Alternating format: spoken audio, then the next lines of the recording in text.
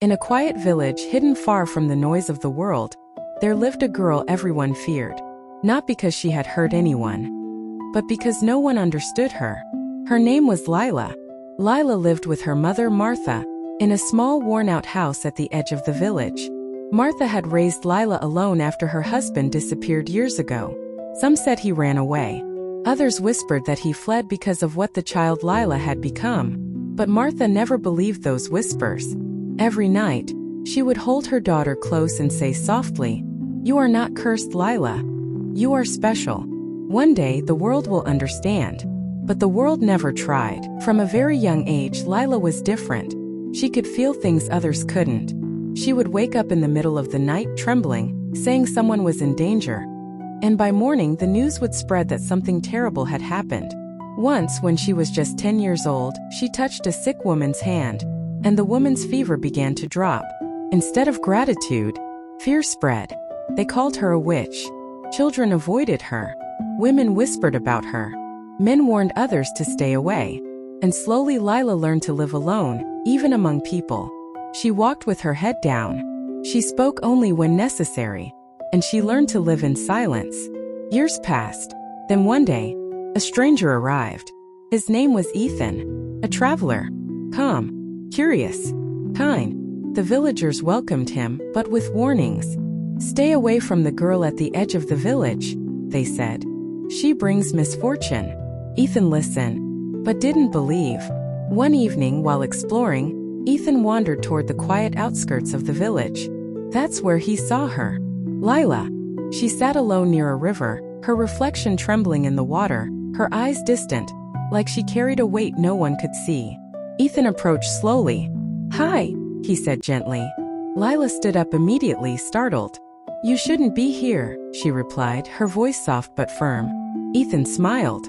"Why not?"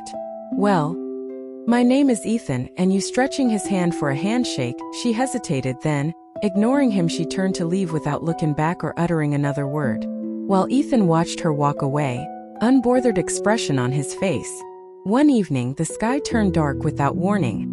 A violent storm swept through the village, tearing roofs, breaking trees, sending fear into every home. People screamed. Children cried. Doors were shut in panic. But outside, Layla stepped into the storm. The wind whipped through her hair as rain poured heavily against her skin. Slowly, she raised her hands. Her eyes began to glow faintly. A soft golden light formed around her palms as her lips moved in quiet whispers no one could hear. And then, the storm began to calm. The wind slowed, the rain softened, and silence returned. From behind closed doors, villagers watched in shock. But instead of gratitude, fear only grew stronger. Days later, Layla walked quietly through the village square. Then suddenly she stopped. Her expression changed. "There will be a loss," she said softly. "A great one." People turned to look at her. But instead of listening, they frowned. They whispered. They walked away.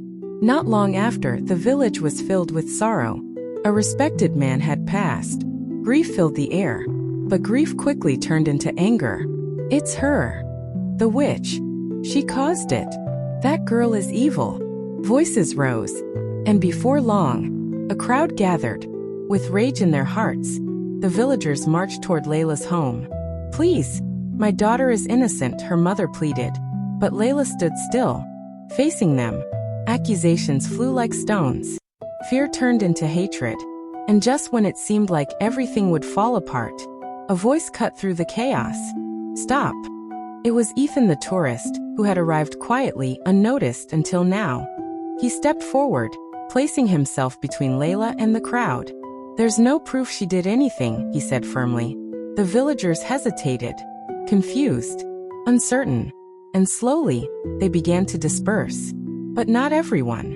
From a distance, someone watched. Her name was Clara. Clara had always been admired in the village. Beautiful, confident, desired. But the moment Ethan looked at Layla, something inside Clara shifted. Jealousy, sharp and quiet. She tried to get close to him, spoke kindly, smiled sweetly. But Ethan did not see her. Not the way she wanted. She whispered to herself with a knowing smirk, "I am Clara and I get whatever I want."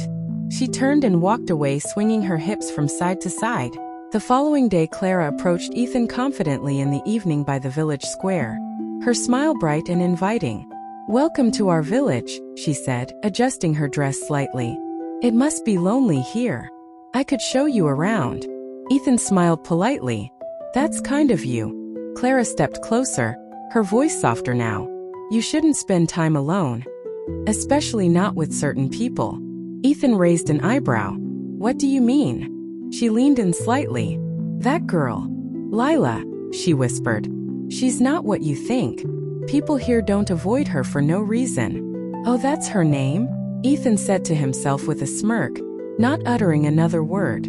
Over the next few days, Clara kept finding ways to meet Ethan, bringing him food, offering to guide him, sitting a little too close, laughing a little too loudly. But every conversation always returned to one thing. "Lila.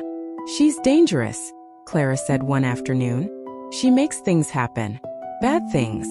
"Don't say such things about someone," Ethan replied, seeing that all her effort to have Ethan to herself failed, and it frustrated her.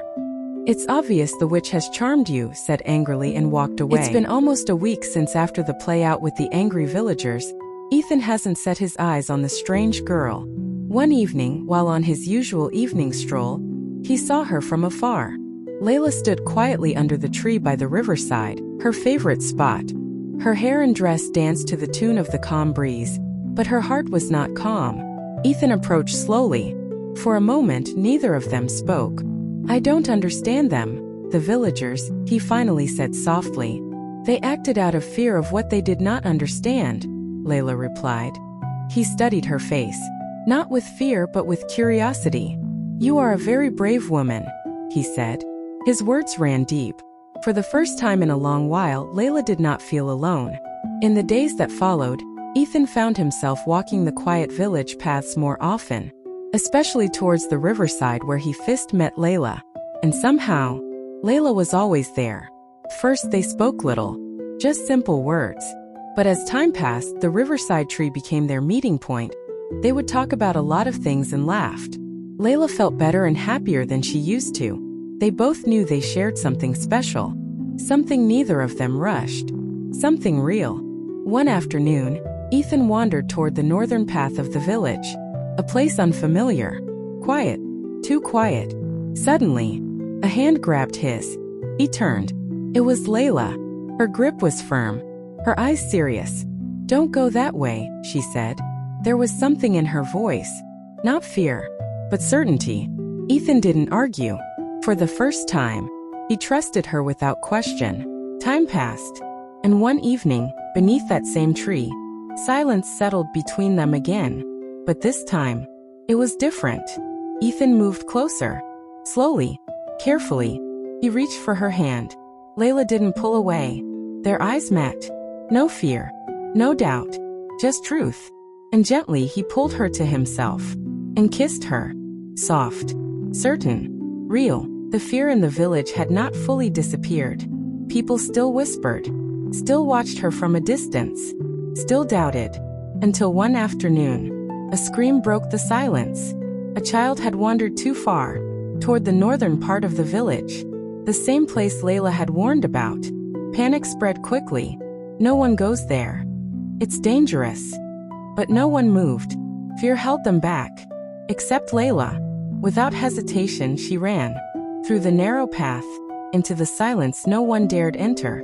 Moments felt like hours. Then suddenly, a strange wind began to rise again. Trees shook. Dust filled the air. But this time, everyone saw it. Layla stood between the danger and the child. Her eyes glowed softly. Her hands lifted once more, radiating that same golden light. But now, there was no fear in what they saw. Only protection. Only courage.